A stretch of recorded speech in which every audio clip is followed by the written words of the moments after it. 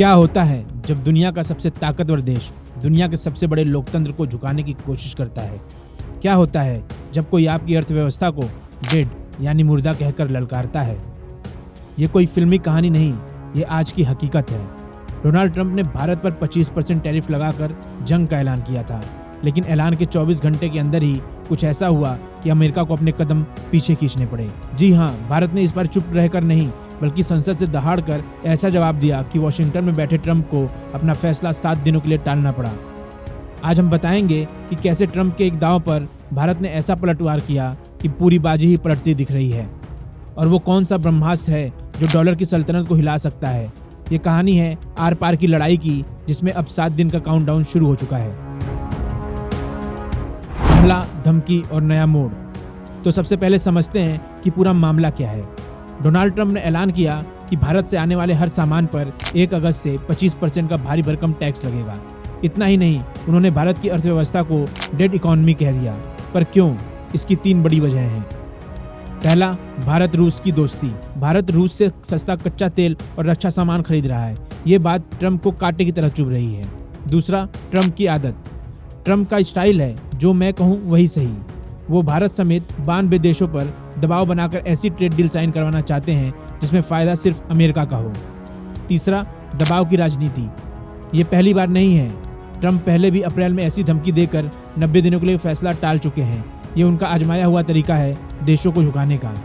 लेकिन इस बार उनका पाला एक ऐसे भारत से पड़ा है जो झुकने को तैयार नहीं। भारत की दहाड़, अमेरिका के कदम पीछे। तो आखिर ऐसा क्या हुआ कि ट्रंप को अपना फैसला टालना पड़ा? जवाब है भारत की वो दहाड़ जो सीधे संसद से गूंजी। ट्रंप के बयान के बाद भारत सरकार ने आग बबूला होने के बजाय बहुत शांति और दृढ़ता से जवाब दिया। हमारे कॉमर्स मिनिस्टर पीयूष गोयल ने एक एक करके ट्रंप को आईना दिखा दिया।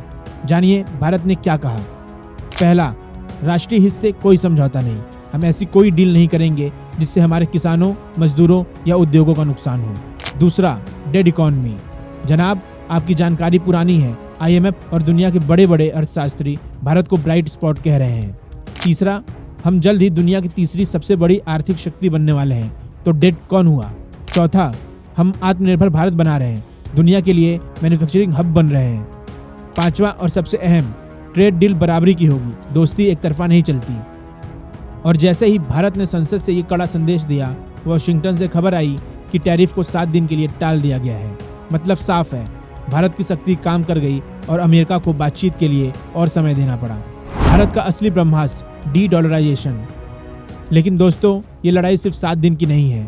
भारत सिर्फ बातों से जवाब नहीं दे रहा, बल्कि एक ऐसा कदम उठा रहा है जो अमेरिका की जड़ें हिला सकता है, और इसका नाम है डी-डॉलराइजेशन। इसे आसान भाषा में समझिए। आज दुनिया में ज्यादातर व्यापार डॉलर में होता है। ये अमेरिका की सबसे बड़ी ताकत है।